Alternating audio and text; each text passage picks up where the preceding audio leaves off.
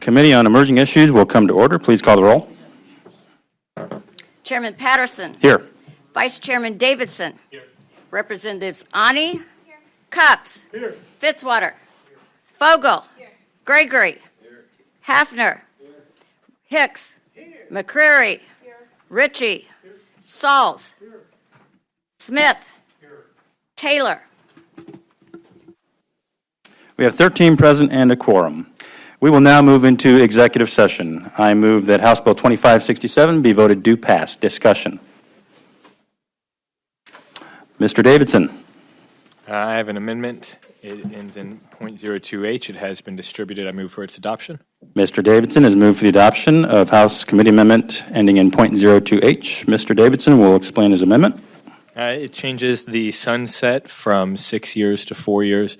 The reason it was 6 years originally is because it's required statutorily to basically any new program created in this manner has to have a sunset of 6 years and then a reauthorization of 12.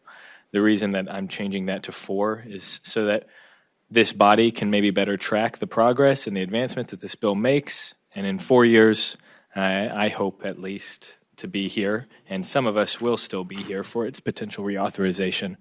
And so it kind of connects us to the bill a little bit more as it moves from one stage to the next. So I think it's very reasonable, and it has the support of the bill sponsor. yes. Further discussion? Seeing none, all those in favor of adopting the amendment signify by saying aye. Aye. All those opposed, no. And the ayes have it. You've adopted the amendment. I now move that we roll the amendment into a substitute and adopt the substitute. Discussion. Seeing none, all those in favor signify by saying aye. Aye. All those opposed, no. And the ayes have it. You've adopted the substitute. I now move that we vote due pass on the substitute for House Bill 2567. Please call the roll. Chairman Patterson. Aye. Vice Chairman Davidson. Aye. Representatives Ani. Aye. Cupps. Yes. Fitzwater. Aye. Fogel. Aye. Gregory. Aye. Hafner. Aye. Hicks. Aye. McCreary. Yes. Ritchie. No. Sauls. Aye. Smith. Aye. Taylor. By your vote of 12 to 1, you voted due pass on House Committee substitute for House Bill 2567. We will now move into a public hearing on House Bill 2604. Just want to remind all the witnesses, please fill out a form and speak directly into the mic because it has a hard time picking you up.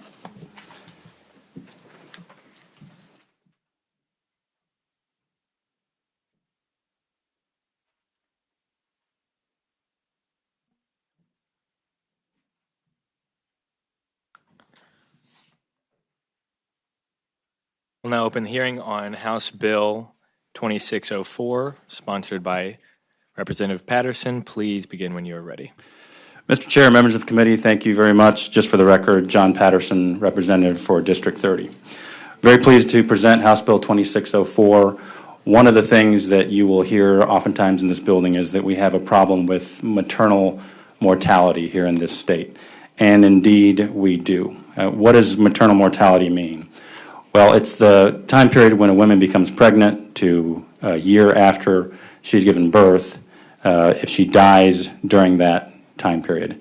And unfortunately, here in Missouri, we have a very high rate of maternal mortality.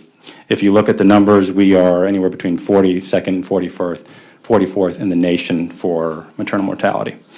And here in this country, we don't have a great record on maternal mortality either. There are different ways you can look at the data, but the data are undeniable that we are the only country in the world that has a rising maternal mortality rate. With the passage of the American Rescue Plan, there was a section in there that authorized states to cover women after their postpartum period for 1 year after they've delivered, as opposed to the 60 days that they currently get. If you think about it, 60 days is somewhat arbitrary. Many of the conditions that afflict women after they give birth happen much longer after the 60 days. So what ARPA, or the American Rescue Plan, authorized was that states could do a state amendment to their Medicaid plan, to their state plan. And this would allow that 60 days to now be the 12 months. If you do it currently, you have to do what's called a 1115 or 1115 waiver, and that's very onerous, and we have done it for substance abuse, but this allows for us to do it very easily. So what would that mean? It would mean that now when a woman gives birth, that she is covered. If she were not able to be covered before with private insurance or Medicaid, she would now have health coverage in that postpartum period. So all these conditions that they could have, the heart problems, blood clots, that normally they would not have access to health care, now can be treated. And with the goal of decreasing the deaths that we have in this state. I'd be happy to answer any questions. We do have a lot of good witnesses that can testify to the exact numbers and the methodologies and how this will be implemented. Thank you, Mr. Chair. Thank you, Representative. Any committee members, any questions from the committee members? Representative Ritchie, proceed. Thank you, Mr. Chair. So part of the explanation of my previous no vote is because of this. Okay. The previous bill had a fiscal note of could exceed over $10 million for the state to buy books for every child every month of their life up to 5. And this is a little over $10 million on the fiscal note. And in my estimation, this is taking care of something that the state of Missouri ought to be engaging in a way that maybe the other we shouldn't. But it's my understanding, just for the sake of those that are listening in, that with Medicaid expansion now going up to 138% of poverty, that we are looking at a population that is a very small population of women that go from that threshold because they would already have been covered by Medicaid if they're at 137% of poverty. So from 138 up to that point where, is there a particular threshold that you have in your bill, or is it just for those who don't have insurance and don't qualify otherwise under expansion?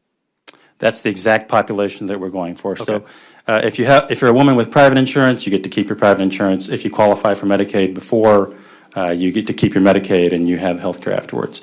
It's the group that goes on Medicaid because they get pregnant, whether through the Missouri Medicaid or through the Show Me Healthy Babies program, and then afterwards don't qualify for those programs anymore.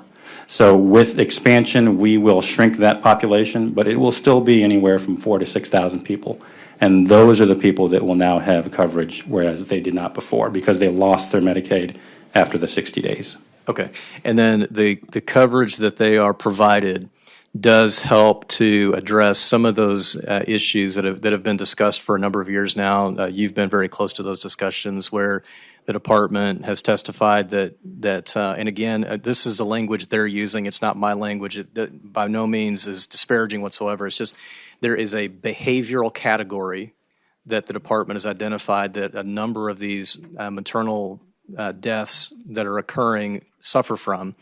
So the coverage that they are being provided by this, will this coverage address those behavioral issues that often are tied to whether it's substance disorders, abuse, whatever, and a whole host of other things beyond that? Absolutely. So about half the deaths do involve some sort of mental illness. So just if you look at that example, if you can get a woman the mental health treatment that they need, maybe that wouldn't lead to suicide, which would be counted as a maternal mortality. So it would definitely address those things. Things like obesity, which we know are kind of related to maternal mortality. If you have a doctor or a nurse that can help you lose weight and get to a better BMI, that could reduce your risk of complications of blood clots, strokes, those kind of things. So those behavioral things that you mentioned are absolutely addressed in this. Good. Okay, thank you. Thank you, Mr. Chair. Representative Hafner, please proceed. To inquire. Thank you, Mr. Chairman. Gentlemen, good morning, good afternoon, good evening. Good evening. The day's almost done. Hey, I just wanted to make a couple comments on this. We talked a little bit right as soon as I walked into the the committee hearing. My wife has spent an incredible amount of time working at a pregnancy resource center. My family has done it not only in Shiloh House, but up in Rachel House in Kansas City. And we talked a little bit, and I'd like you to go through this. I think we need a comprehensive look at how we're dealing not only with Medicaid, but situations like this. Because my wife and part of my family members would say, these young women are falling off the cliff. We provide some resources to them, and then they get to this period of time after childbirth, and we've got nothing. In the case of Shiloh House, the community of Harrisonville tries to come around these women, support them, and the Ministerial Alliance jumps in there and does their part, but we're missing incredible opportunities. And I appreciate what Representative Ritchie has said, and yet we've got to be able to capture this. If we're really going to make some positive movements down the road, we've got to be able to capture a portion of this and have a comprehensive view on it. So I'd just like your comments there. Absolutely. Thank you for that. If you look at when the maternal mortalities happen, 2/3 of them happen after that 40 or 60-day period. So to abandon their coverage right when they need it the most, it doesn't make a lot of sense, and it has effects on the mother and the child. So this is what that bill is trying to do, as you alluded to, so thank you for that. Representative Fogel, Thank you to inquire. proceed. I would like to ask a few follow-up questions after Representative Ritchie and just talk through the practicalities of this legislation, if that's okay. So my questions are, I know we're looking at targeting between 4,000 and 6,000 moms or women who were pregnant, and we had, I think, 45,000 maybe last year, and a bulk of those we know will now be eligible through the adult expansion population. So practically, if I'm a mom and I'm pregnant and I enroll in Medicaid for pregnant women or Show Me Healthy Babies, and then I deliver, will I have to reapply to then roll over onto the expansion population, or my eligibility will be continuous and I'll remain on the Medicaid for pregnant women or the Show Me Healthy Baby program? Does that make sense? Yeah, that we'd have to ask the department, and that'd be just kind of procedural thing. And there might be a witness that can speak to that. But the endpoint will be that you remain covered and that you're not dropped at 60 days. Okay, great. And my ask would be, or my hope would be, that we do that in a way that was cohesive and that there Right. wasn't a reapplication process, because we Absolutely. know how that can be difficult for some individuals, especially if you're, 60 days postpartum. So my other question, you brought this up, we had the SUD waiver that, of course, we've watched the progress of that over the last few years. I'm thankful and glad that we don't have to go the waiver route, that we'll do the state plan amendment, which I think is great. My question is, I want to make sure that we're continuing with that program until we get this one up and running. My understanding is that maybe that went into effect finally in January of 2022, and that covers a lot of the women who are suffering from mental health and substance use. So my request would be, let's make it to where those are running concurrently and that we don't stop one before we have the other one up and running in case there's a lag time. I'm appreciative in the language that you set some time frames to make sure that we're not 3 years down the road and still having these same conversations, but I don't want to end one prematurely until the other one's fully up and functioning. So that would just be a comment. Okay, thank you. Yeah, and I don't see any reason that the waiver, that population would be affected anyway by adding this from the ARPA. Great, thank you. Thank you. Any other questions from the committee for the sponsor? Okay, thank you, Representative. Are there any witnesses testifying for? Please make sure to fill out a witness form and turn it in the box on the desk. Thank you. And proceed when ready. Mr. Chairman and members of the committee, thank you for your opportunity to let me testify today in front of you. My name is Dr. Misty Mills. I am a practicing general OBGYN out of Columbia, Missouri. I also am currently the Missouri chair of the American College of Obstetricians and Gynecologists. I also am a member of your state-mandated pregnancy-associated mortality review board. So this is something that is near and dear to my heart, and this is something that I see every day, and I care for these women every day. So I want to share with you 2 examples to put this in perspective, and I have permission from both of these patients to share their stories. One patient I've seen for the last 16 years. During her pregnancy, she, because her blood becomes a little thicker, it becomes hypercoagulable, she developed a stroke. She formed a blood clot, went to her brain, developed a stroke. She was a private home care provider, so had her own business, which put a sudden stop to her business. Luckily, her and her baby survived, but she had a long-term outcome and is still somewhat affected today, does not have use of one of her arms, but had an extensive recovery. So her postpartum course was, of course, complicated by paralysis, long-term physical rehab. She actually ended up losing her business. She actually ended up being homeless for a short time frame. And so this is the perfect example of someone where this program would assist. So her coverage was not enough for that 60 days.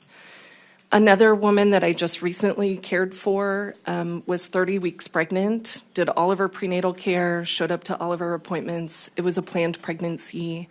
And she, unfortunately, at 30 weeks, also had a massive, what's called an abruption, where the placenta tore away from the uterine wall, had large amounts of bleeding, had significant anemia to the point she ended up in the ICU with massive blood transfusions. Unfortunately, that baby's life was lost.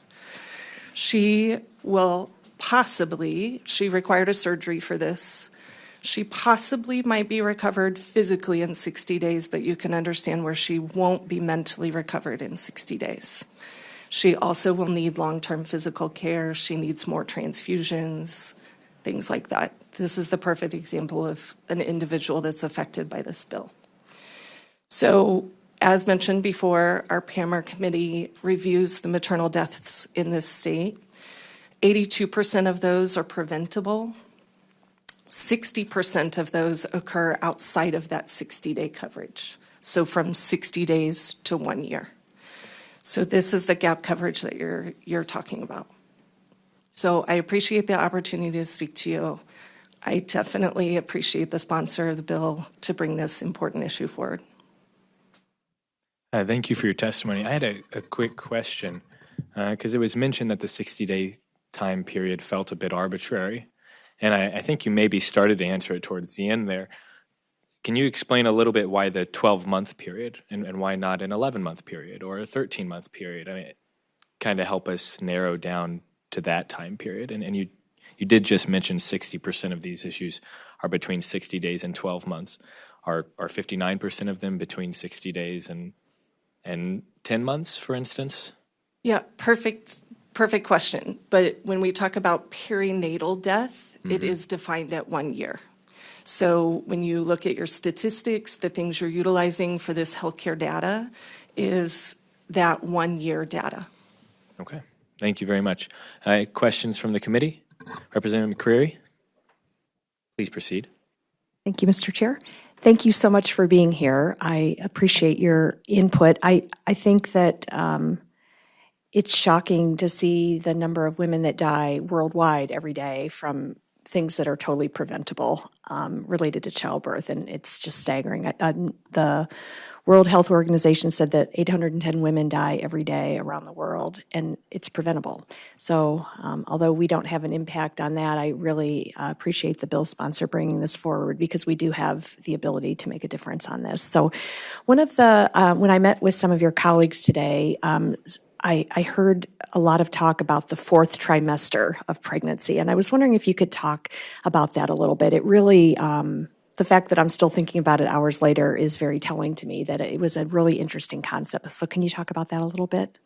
So it's defined as the fourth trimester because we define pregnancy in 3 trimesters. So this is the fourth trimester because it is a comprehensive part of her care. So it's included in her recovery, her bonding with her baby, and actually even decreases long-term negative outcomes for the family. So as the mom receives health care, she's the one that drives some of the health care for her family and also health care outcomes for her small children, her baby, other members of the family. We also talk about these hormones are shifting, all of these things that are out of her control. So we see some problems amplify, much spoken before, like mental health, postpartum depression. We also see some of these pregnancy-related problems like hypertension, so high blood pressure, some of the clotting things need to be addressed in that 4th trimester, so continuation of healthcare into that part of pregnancy. Very good. Well, I think it's that is an easy concept for all of us to grasp, is that importance of that after the birth. So I appreciate that. The other thing that some of your colleagues shared with me today that I hadn't thought about before is if something does happen to the mother who just gave birth, that it doesn't just affect the mom and the child, that it has this like very staggering impact on so many other people. So can you talk that through from a public health standpoint, like what that kind of that, the waves that go out from that? Absolutely. And our public health friends can definitely speak to the data and the statistics on that. But as I mentioned, we know that moms primarily are responsible for the healthcare of their families. So these children, these babies, definitely are affected when they don't have their birth mom or a mom in their lives. So when we have a loss, especially right after birth, it affects the entire family and the care of that infant. Exactly. Very good. Well, thank you for being here and for sharing those patient stories. Thank you. Thank you. Are there any other questions from the committee? Representative Ritchie, please proceed. Thank you, Mr. Chair. To make sure that we're having the most pronounced effect upon this problem, when you're looking at 60% of maternal mortality, that population of deaths is occurring after the 60 days, right? Between 60 days and the 12 months. Of that population, do you have numbers that would identify how many of those moms were with insurance and how many were without insurance at the time of their death? I mean, are we seeing that population, just across the board without insurance, or is there a portion of that population that is still with insurance? Because I want us to have, to measure our expectations of doing this, right? If say 30% of those deaths occurred in the experiences of moms who had insurance, then certainly we shouldn't expect that we're going to see a kind of reduction because they're already being covered. There were other extenuating circumstances, right? So do you have numbers on that? The PAMRA report does report those numbers. I don't want to misspeak, but we can get you that data. Okay, it's part of the PAMRA report. Thank you. Appreciate Absolutely. it.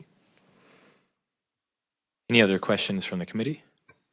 And Dr. Mills, if you could send that report to the chair, Be happy Representative Patterson, he'll make sure to get it to the rest of us as well. Other than that, thank you for your testimony. Great. Thank you. Are there any witnesses here to testify in opposition to? Any witnesses to testify in favor of?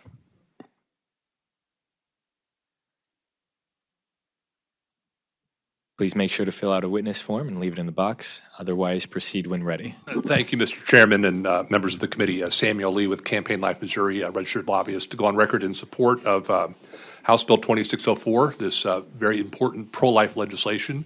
And Representative Davidson, to answer your question, not just from a medical point of view, but from a legal point of view, the reason it was 60 days, technically it's 60 days within. It's the last day of the month where the 60th day after the birth had occurred, and with the extension, it would be 12. It would be 12 months. The last day of the month, 12 months after the birth occurred. Is that because when the federal Medicaid law was first passed, and when then it was added or included pregnant women, federal law only reimbursed up to 60 days. The reason it's 12 months is that when the American Rescue Plan Act was enacted a year ago, it was for 12 months. And I want to make clear that those federal funds will be available on April 1st of this year. And they are, as of right now, guaranteed for 5 years after that. That's why there's an emergency clause in the bill with the hope of getting this passed quickly, getting it to the governor, getting it signed, so we don't have just that normal delay that it takes to August 28th. Get this going right away. The money will be available, and hopefully the department will full speed ahead. The only other aspect of this legislation that I'd like to add, it's all in the written testimony here, but there's a lot of very important discussion about maternal mortality.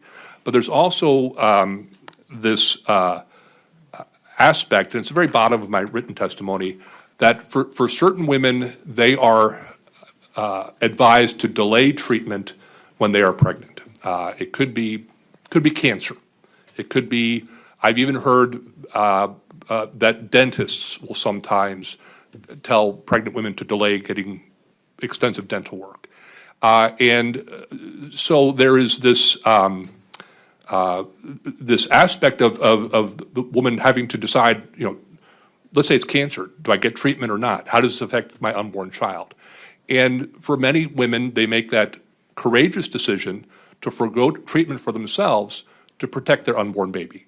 And that can cause risks after the baby's born, beyond 60 days. And so I think we should think of this legislation for those courageous women who make that decision to choose life for themselves and their unborn child, and that they should be rewarded by having ongoing care after that 60 days. Mr. Chairman, that's happy to answer any questions, but that's what I want to present. And I did sign on last night for a witness forum, so hopefully that's in the record, I think. Yeah. Thank you very much. Are there any questions from the committee for this witness? Thank you, Mr. Lee, for your testimony. Is there anyone more in favor of? I don't think anyone walked in who is in opposition to. Please proceed when ready. Mr. Chair, members of the committee, Jack Gamble here on behalf of the Missouri Coalition for Children, and we just want to go on record in support. Any questions for this witness? Thank you guys. for your testimony. Another witness in favor of? Garrett Webb, registered lobbyist on behalf of the Missouri chapter of the American Academy of Pediatrics, here in strong support of this. We know that the health of children depends on the health of their parents, especially their mothers and caretakers. So we want to make sure that extending that access in that crucial time is an option. Thank you for your testimony. Any questions from the committee? Thank you. Chantel Dooley with Missouri State Medical Association. Just want to echo the same sentiments in support of the legislation. Any questions for this witness? Thank you very much for your testimony. In favor of? Proceed when ready.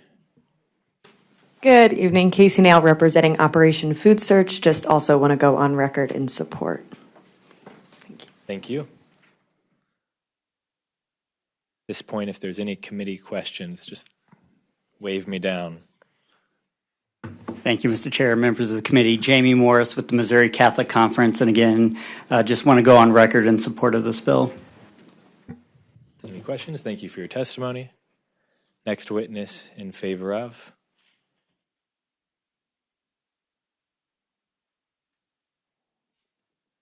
Hello, my name is Mara Gray on behalf of the American Heart Association.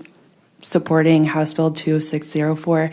Just wanted to note a couple things. 1 in 3 maternal deaths are heart-related, and Representative Patterson kind of already spoke to the fact that when you see the blood clots and even evidence of cardiomyopathy, that doesn't typically occur until months after that 60 days. So that's why we support this legislation.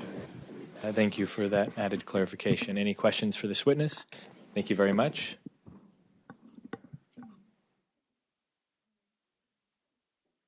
Thank you for being here. Please proceed. Mr. Chairman, members of the committee, my name is Patty Skane. I'm a registered lobbyist for Missouri Right to Life. This legislature for the last 15 years has done a stellar job at providing assistance for women in sometimes crisis pregnancies, but all pregnancies. And Missouri Right to Life has always supported that. Show Me Healthy Babies, the alternatives to abortion, and so we are going on record in support of this legislation. Thank you for your testimony. Any questions for this witness? Thank you. Next witness in favor of? Please proceed. Chair, members of the committee, Jessica Petrie here on behalf of Kids Win Missouri Children's Trust Fund, the National Association of Social Workers Missouri chapter, and St. Louis Children's Hospital, which is part of BJC. And just one statistic we wanted to point out, the most recent PAMR report found that over 80% of the pregnancy-related deaths were preventable, and about 50% were related to mental health conditions. But we know even when women are diagnosed with behavioral health conditions postpartum, there's a very low uptake rate because they don't have that continued coverage. So we're really excited about this bill as an opportunity to provide women that ongoing coverage that they need to take care of themselves and their families. Thank you for your testimony. Any questions for this witness? Thank you. Are there any other witnesses in favor of this bill? 2604. Any witnesses in opposition to? Any witnesses for informational purposes? Seeing no further witnesses, I will conclude the hearing on House Bill 2604. Mr. Chairman, if you'd like to reassume the chair. Thank you.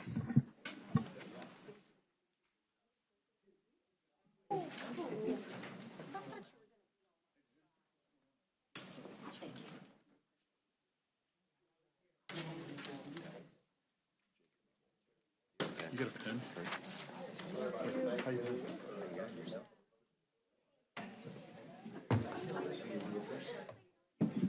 Is it 3886? Yes. Okay, thank you, Mr. Vice Chair. We will now move on to Representative Gregory. We will not be hearing the HCR, but we will be hearing HR 3886, a very controversial piece of legislation. Mr. Gregory, please begin.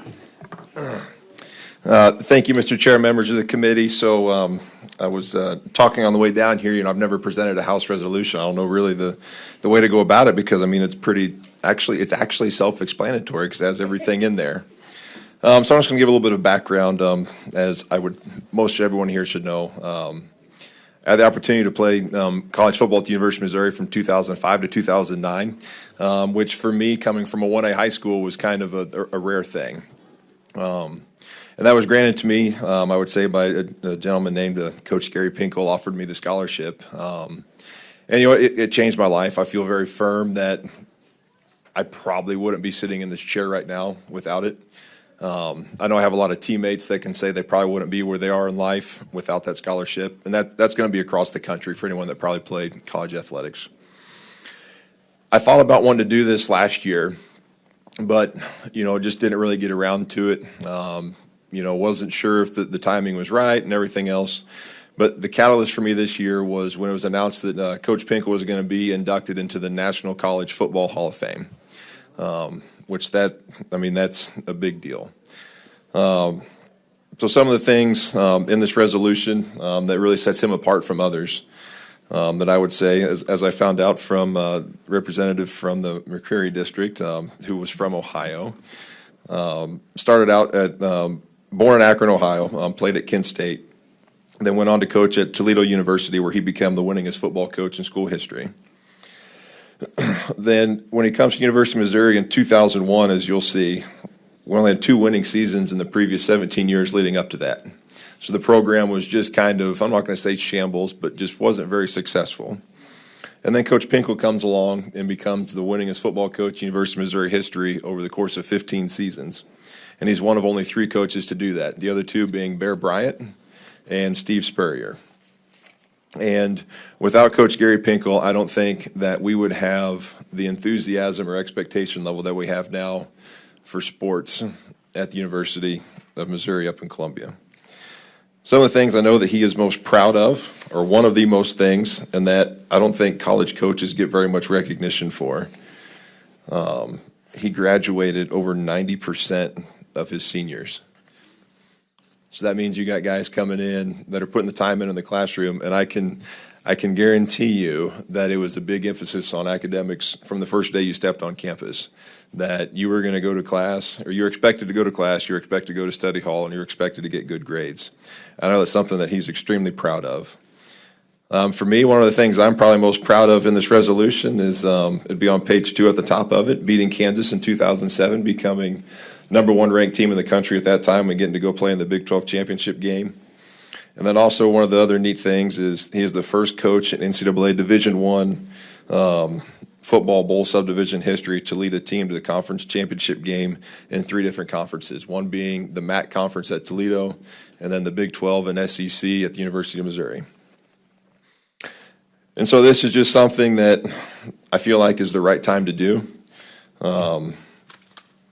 He had an impact, like I said, not only on my life, on the football field, but also personally. We have this book called the We Are Mizzou Handbook that we got, and I finally was able to get my hands on the copies of it again because I can't find the copy that he gave me. I'm just going to read off some of the things from it. It was something he handed out to all players at the start of the year. We'd go around and talk about it. Talked a lot about attitude and being a great competitor.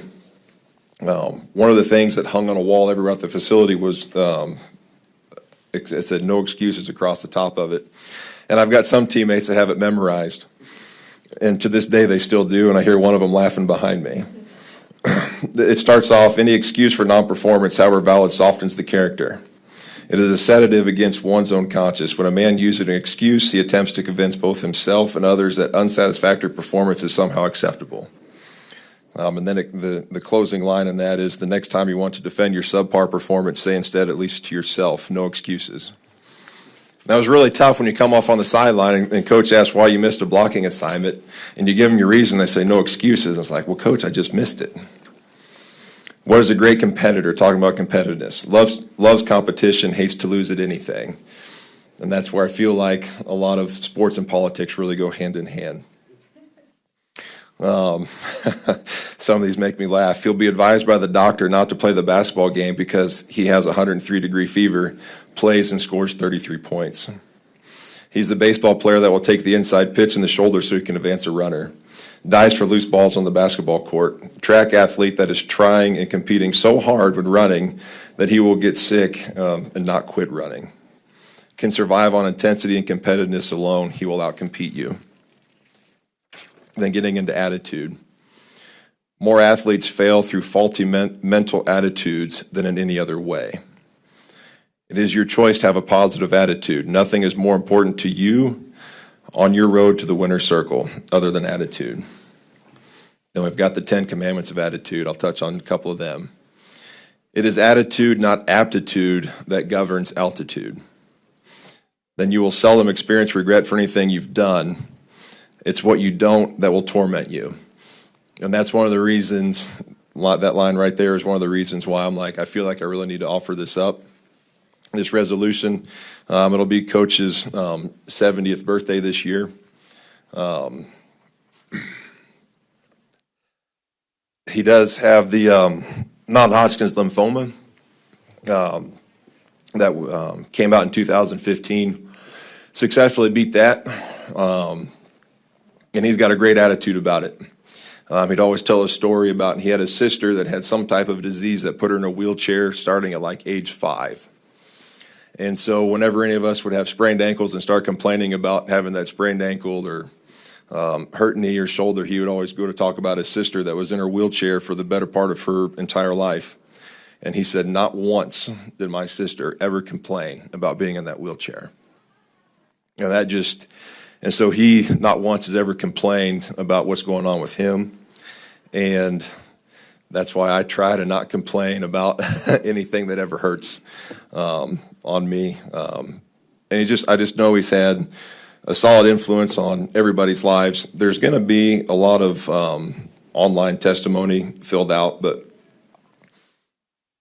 I was supposed to have another friend here, but something happened where he couldn't be here. So I want to touch on something because Coach stopped by something this fall at a little barbecue me and some former teammates were having. And my buddy mentioned, I'm just going to give the bullet points that he'd wrote down. He said, Coach Pinkel gave me a life-changing scholarship, and I think his exact words, he would have never left Bethany, Missouri without it. He'd probably be back home changing tires. He never would have met his wife because he met her at the university. Would never have the amazing job that he has now. Would never have the friends that he has.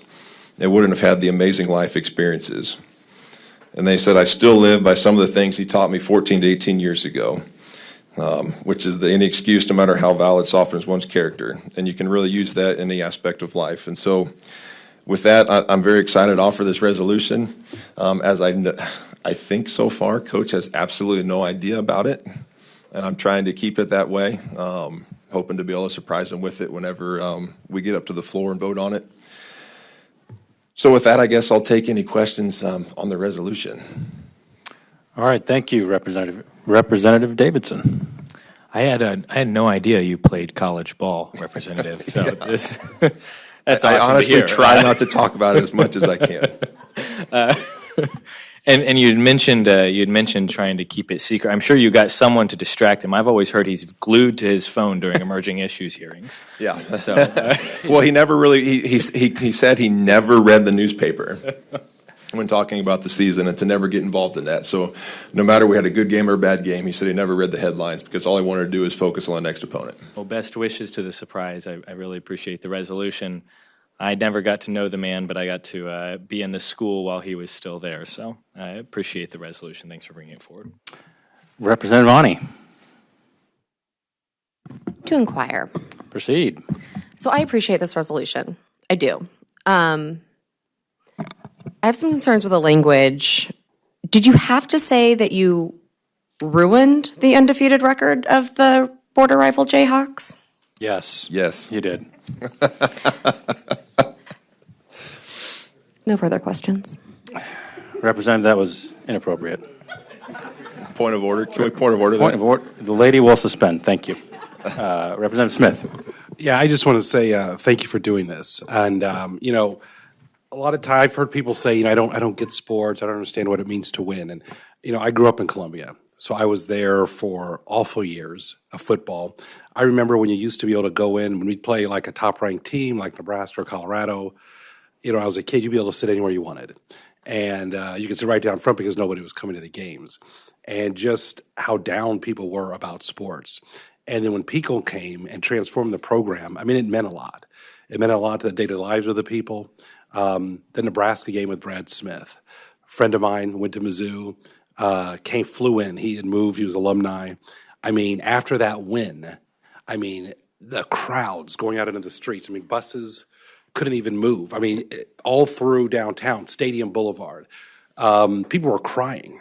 I remember seeing a good friend like crying in the street, and what that meant, and what that meant to Columbia, what that meant to the university. So, you know, having lived through this and been, you know, graduated from Mizzou, but you know, being in Columbia before that, and you know, seeing the transformation that took place. I mean, it's absolutely incredible, and he's truly one of the greatest coaches, and if not the greatest, obviously. So thank you for bringing this. I'm all for this, and it really makes a difference in people's lives. And people don't understand sport, but you know, living there and seeing the change and being number one in the nation and just how incredible it was, and to look around the stadium and just see the crowds and people just stand, you know, national television, you know, it's just incredible. So this is great. Thank you for doing this. Thank you. Fortunately, I have to cut out, but I'd be in Columbia. You're fine. Thank you. Further questions? Representative Ritchie. I appreciate this. I'm looking forward to supporting it. You know, when you think about the coach's influence in your life and so many other people's lives, you know, it's individuals like that press us beyond our comfort level and push us to limits that we never knew existed, right? I mean, it's just those types of lessons are so important for us all to learn. I remember when I was doing CrossFit and I pulled a trash can next to me and someone was like, "What are you doing?" I'm like, "Because I'm going to need that trash can here in a bit." And I did, and I just kind of continued on. And people are like, "That's twisted." No, but I said, "No, it's not twisted. That's actually, you know, finding new limits, right, and pushing yourself beyond what's comfortable and convenient." So appreciate the effort and the career of the coach, and certainly appreciate his influence that he's had upon you, and you becoming the man that you are in many respects as a result of his influence. So thank you. Thanks. Thank you. Further questions? Thanks, Representative. Witnesses in favor of the resolution.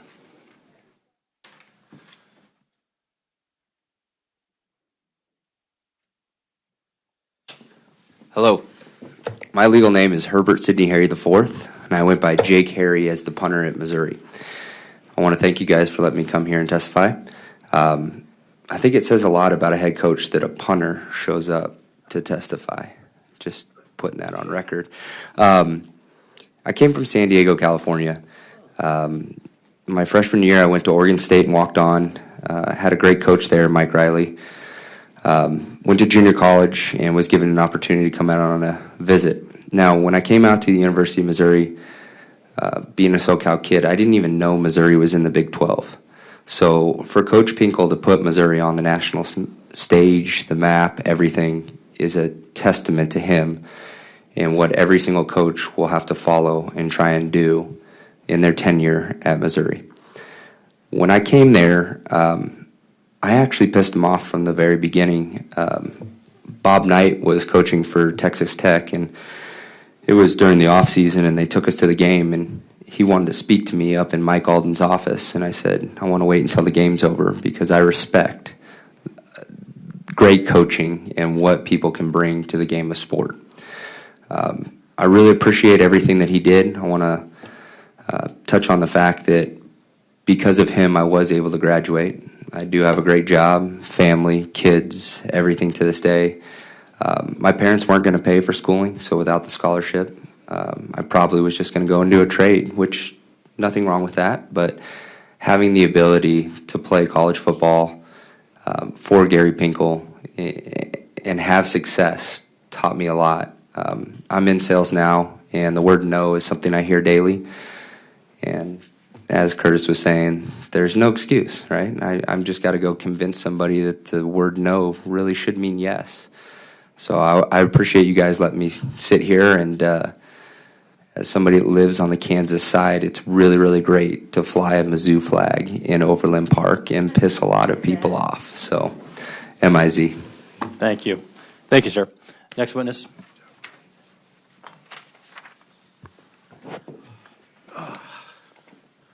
Good evening. Mr. Chair, committee members, thank you. My name is Mike Kelly. Since 1994, I have served as the play-by-play voice for the University of Missouri's football team. Since 1990, I've been involved in the basketball broadcast, and since 1989, I've hosted the coaches shows called Tiger Talk. I come from a unique perspective in that I also worked with Gary Pinkel inside the athletic department, and now he is my neighbor when he is in the state of Missouri. A testimony to his ability to convert people. You just heard a so-called kid that's now wearing elephant boots. And so I think he's kind of become a Missourian, you know, even though he lives on the nasty side. Coach Pinkel's record speaks for itself. The job that he did with his young student athletes speaks for itself. The graduation rate, 118 wins during his time at Missouri. The school's only 4 division titles. Missouri's ranking is #1 in the country after ruining the Jayhawks' perfect season inside that famed stadium in Kansas City. In fact, when their poor quarterback, Todd Reesing, went down with the football in his hand to end the game, my call was ball game bingo. Missouri upsets or knocks off its arch rival. There's more things to think about, though, and you deal with a broad spectrum of issues that cross not just political, racial, business lines.